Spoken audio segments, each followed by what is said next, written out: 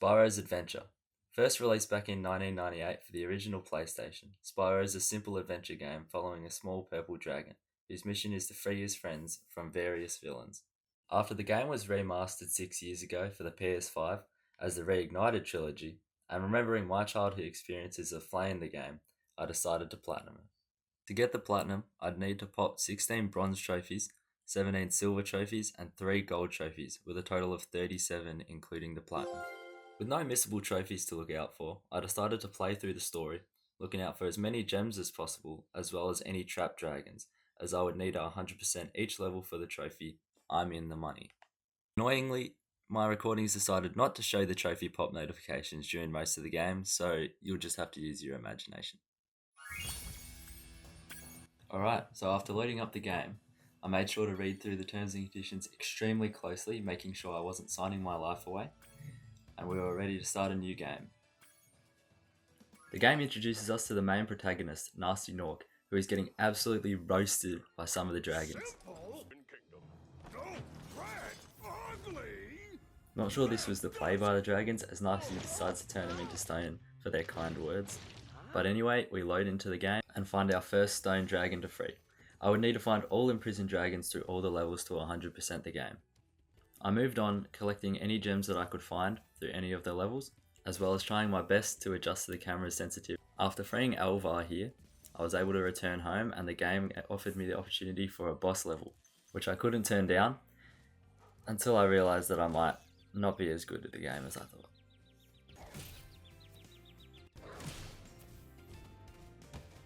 After that embarrassing turn of events, I stumbled upon my first trophy, which was to light these 2 campfires. Although you can't see the trophy pop, I promise you it did. Shortly after, I returned back to the main area, and jumping across these 5 stones, I unlocked the secret entrance to Sunny Flight, unlocking me my second trophy. I then hit up my boy Marco the Balloonist, but on second thought I realised I had some unfinished business in that boss level, so here's just a montage of me getting my get back. There is a trophy at the end of this level for defeating the boss Toasty without getting hit, who was just a sheep disguised as a Grim Reaper. I then moved on to complete Sunny Flight, which took me many attempts, as the controls sucked in this and the time limit, swear it never felt long enough, but I did manage to complete it, which would be one more level towards the 100% completion.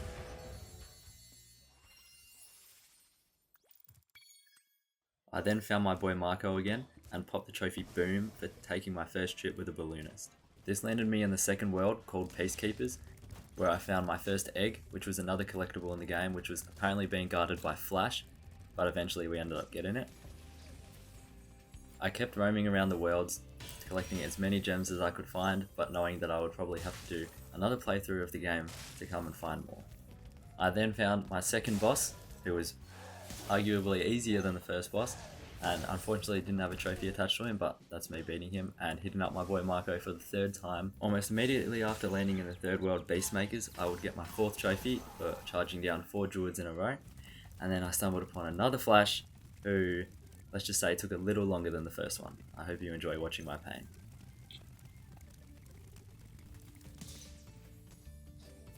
I tried the flying level on Magic Crafters, and with less luck than I had in the first world, I sucked.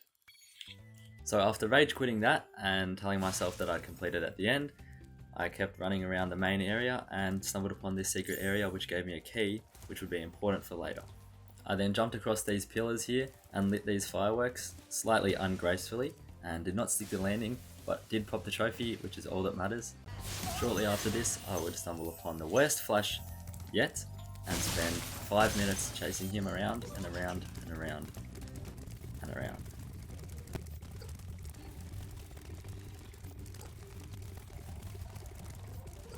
Yep, this is in 4 times speed as well. Eventually, I did manage to get the egg after painstaking 5 minutes. I then once again abused Marco and jumped into my balloon and moved on to the next level, where I got another trophy for freeing this trapped chicken. Please guys, I promise I got the trophy. I then had this incredibly satisfying moment. Unfortunately, no trophy pop for that, which would have been nice.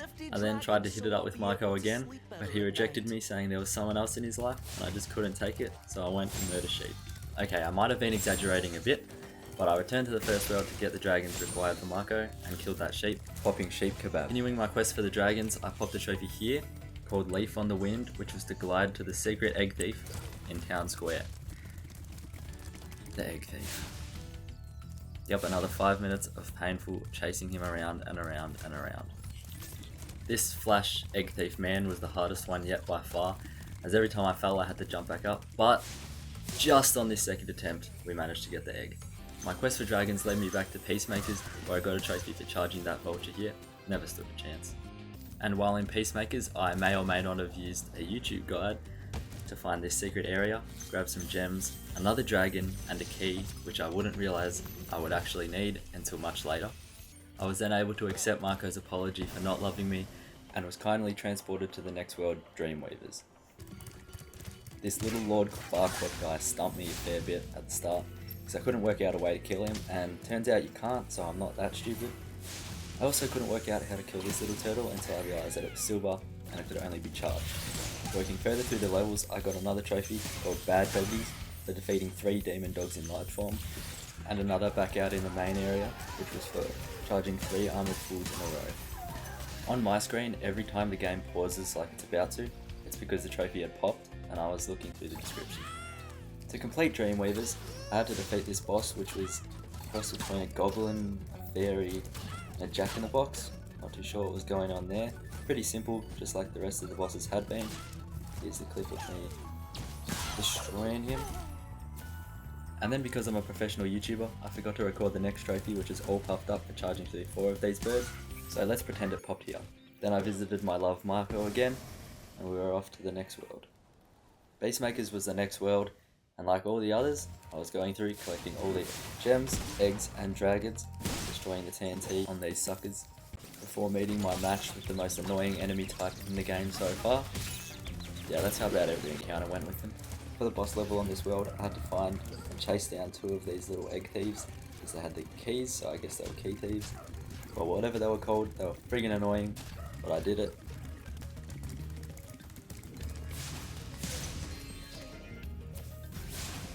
This is the second little thief. It was pretty satisfying collecting all of the gems chasing him, but I won't make you sit through the whole thing. Here's my victory. With my newly found keys, I was able to unlock this area and chase down the big nasty Nork. He moves pretty deceptively fast for a big guy, but we got him on the second attempt, where he ran like a princess down to his chambers. This initiated the second part of the boss fight, if you're even gonna call it a boss fight, where I had to jump across the ledges and avoid the lava, until eventually 200 pumping him in the face, and saving all of Skylands. Alright, I actually just looked it up. It's called Dragon Realms, not Skylands, so that's my mistake.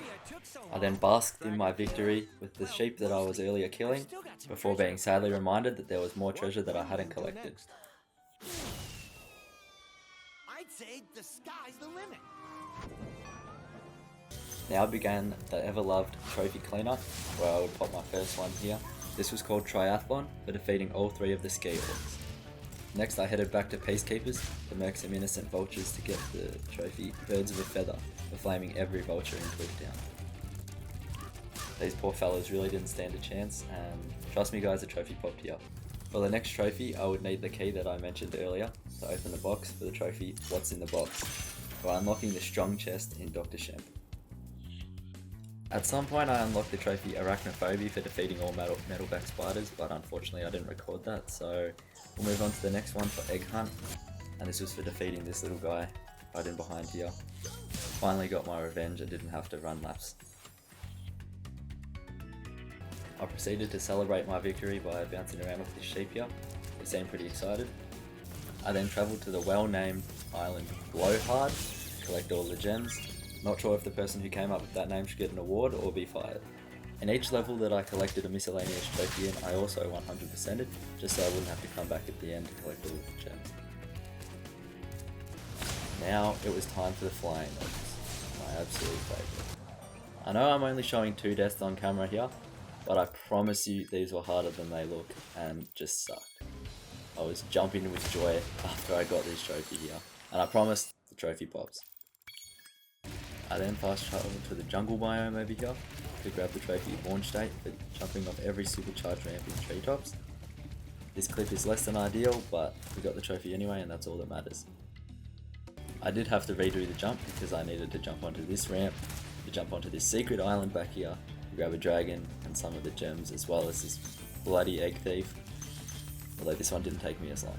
The next trophy was Gems in the Rough, which was behind this nice slime waterfall, which I needed a key for. These were the last few gems that I needed, and I was super happy until I realised I only had 499 before walking out of the cave and realising that I was just blind. And here's an obnoxiously long recording of the gem pop that I promised popped. Heading into another flying level, I was super excited about, and although I'm posting another 2 deaths this time, this one was way harder than the other one. Nearly missed it this time, but we come around, got in, and unlocked Fly Like an Eagle, but not touching the ground during Icy Flight. Icy Flight marked the last level that I needed to 100%, and here I unlocked the trophy I'm the Money for unlocking Nasty's loot. I'd need to unlock Hoarder for collecting all of the gems in Nasty's loot as well, which I completed here. Completing this level technically gives me 120% completion, but is still needed for the platinum. After becoming rich, I invest in a new pair of Sunny, just to let all of the Skylands know that I'm on that shit. With the press rightfully glazing me, I'm feeling pretty good. I feel fired up, Bob, and I'm happy for Although, unfortunately, Shaq and Kobe are stealing the show in the background. But hopefully, they just get turned to stone randomly, that'd be pretty good. With a few trophies still to pop, I had to hop back into the worlds. Here I'm collecting Mushroom Hunter for flaming 5 glowing mushrooms in Beastmakers. I then speedran North Cove without killing any of the rats. I did this on my first try in about a minute, and this was for the trophy Rat-tastic. For the next trophy, what really grinds my gears, I had to destroy 6 gears in Twilight Harbour, which for the life of me I could not find, so I also may or may not have used the guide for this too.